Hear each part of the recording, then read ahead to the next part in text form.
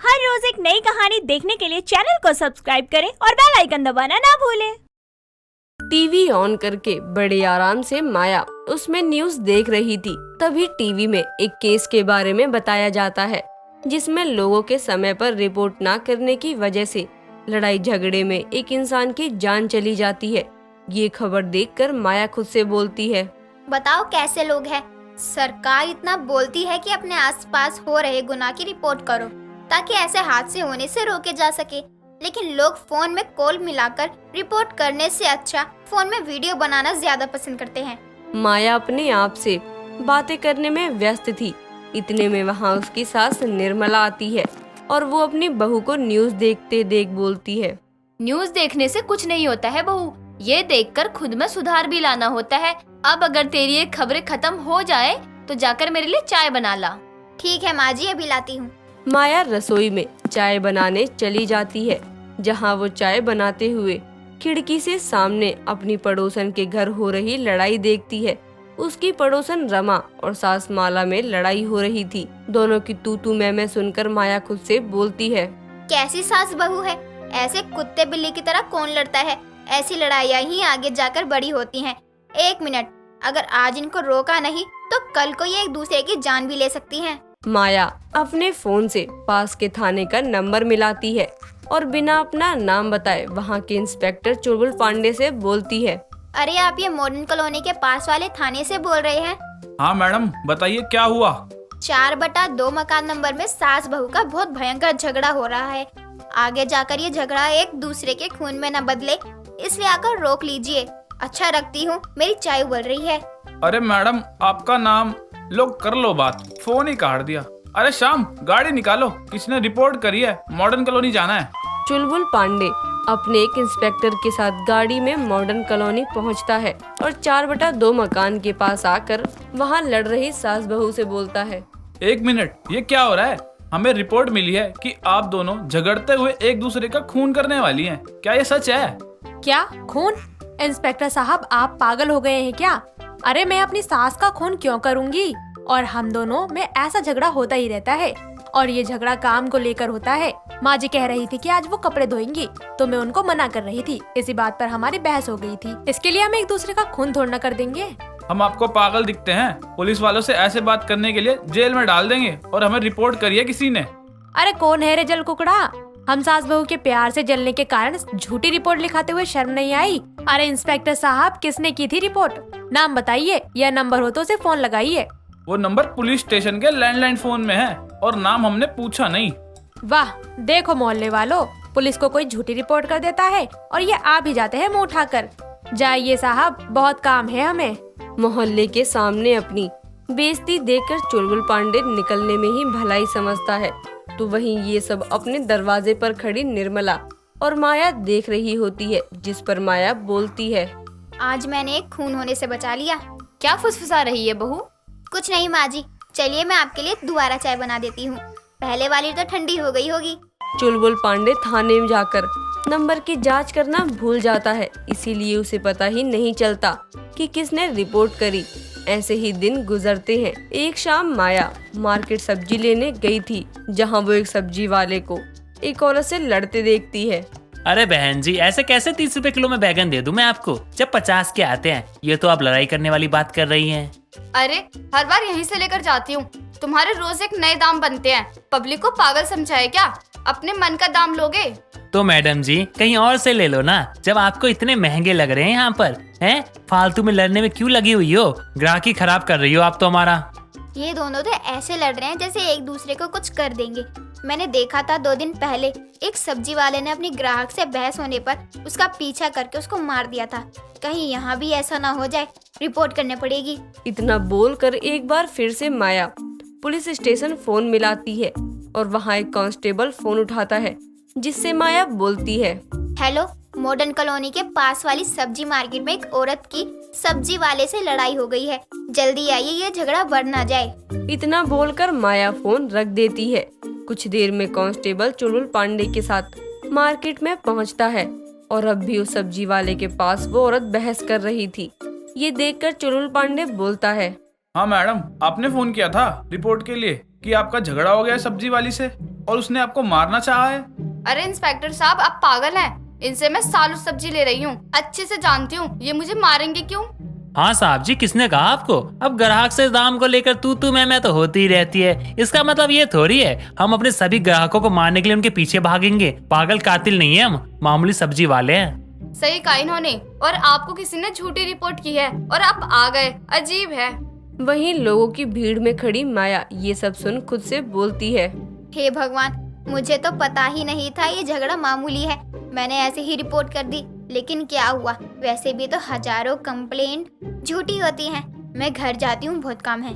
माया घर चली जाती है, लेकिन चुलबुल पांडे थाने जाकर अपने कांस्टेबल से बोलता है, शाम पता लगाओ किसने करी थी ये रिपोर्ट, और एक बार पहले भी ऐसी झूठी रिपोर्ट के लिए जो कॉल आया था, देखो वो नंबर भी यही है। आखिर इस रिपोर्ट करने वाली औरत को तो पकड़ना जरूरी है। एक तरफ पुलिस रिपोर्ट करने वाली का नंबर पता लगवाती है, तो वहीं माया जैसे ही घर पहुंचती है तो वो रसोई में सब्जियां रखने जाती है, जहां वो रसोई में मौजूद अपनी सास के हाथ में चाकू देखकर डर के दीवार के पीछे छुप जाती है और छुपकर अपनी सास की बातें सुनती है। आज तो उसके टुकड़े करके तल ही दूंगी। इतने दिनों से परेशान किया हुआ था, आज चाकू में धार लगवाई है उसकी ही गर्दन काटने के लिए। माँ जी किसकी गर्दन काटने की बात कर रही है? इस घर में तो बस मैं ही हूँ। कहीं माँ जी मुझे ही तो नहीं मारना चाहती?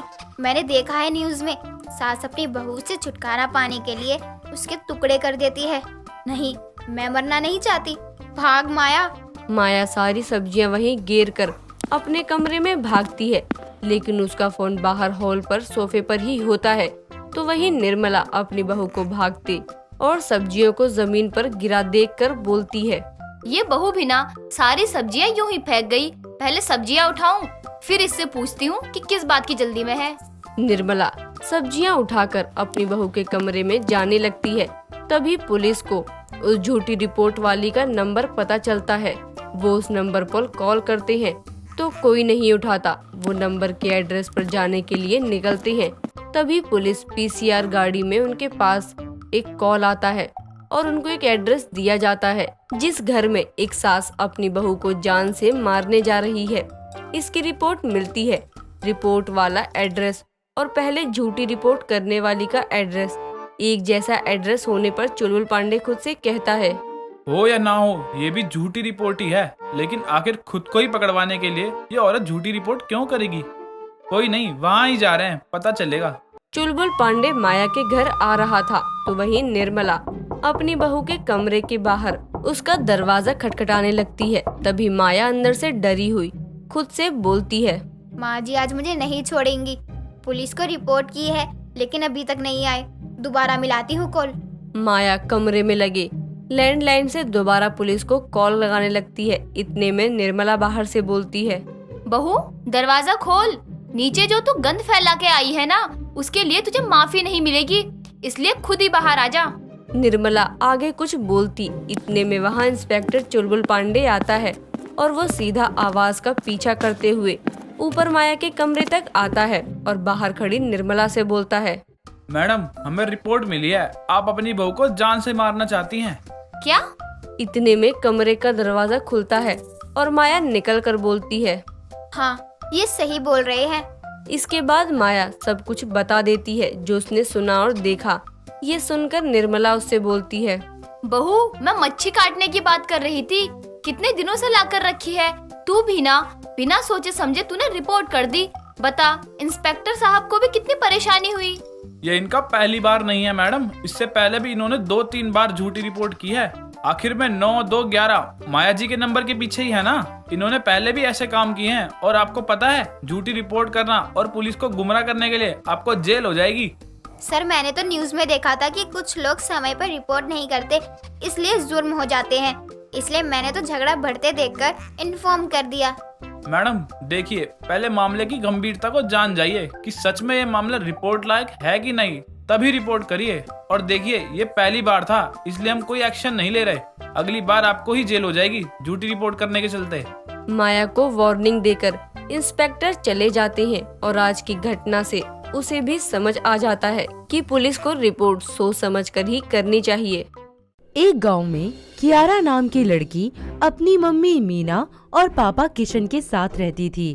वो पढ़ी लिखी, समझदार और हर काम में निपुण लड़की थी, लेकिन उसमें एक ही कमी थी कि उसकी जीभ बहुत लंबी थी, जिसके चलते सारे गांव के लोग उसे चिढ़ाया करते थे और उसका मजाक बनाते थे।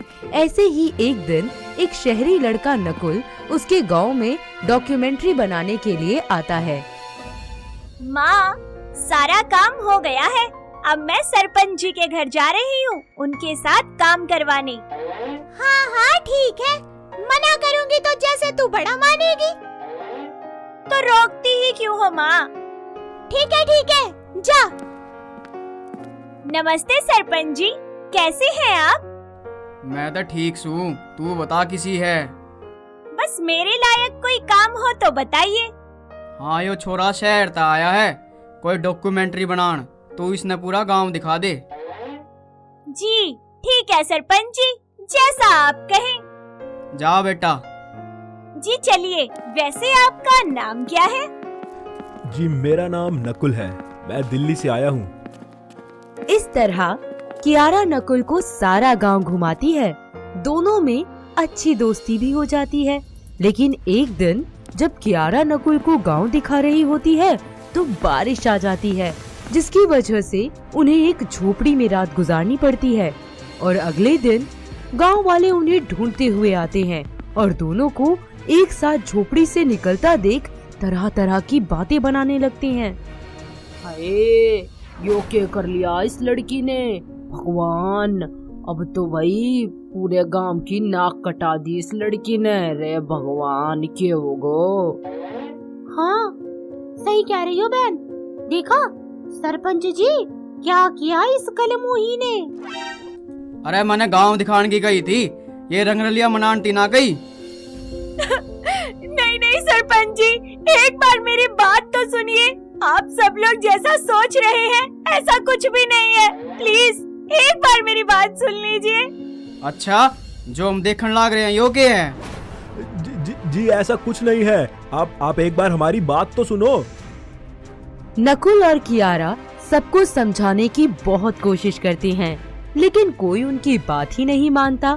और इस समस्या का हल निकालने के लिए गांव वाले जबरदस्ती उनकी शादी करवा देते हैं, जिससे दोनों ही खुश नहीं होते। शादी के बाद दोनों शहर के लिए निकल जाते हैं।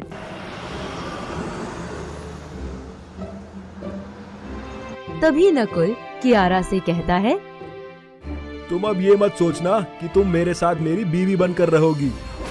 पर मैं कहाँ जाऊंगी, आप ही बताइए। मुझे नहीं पता।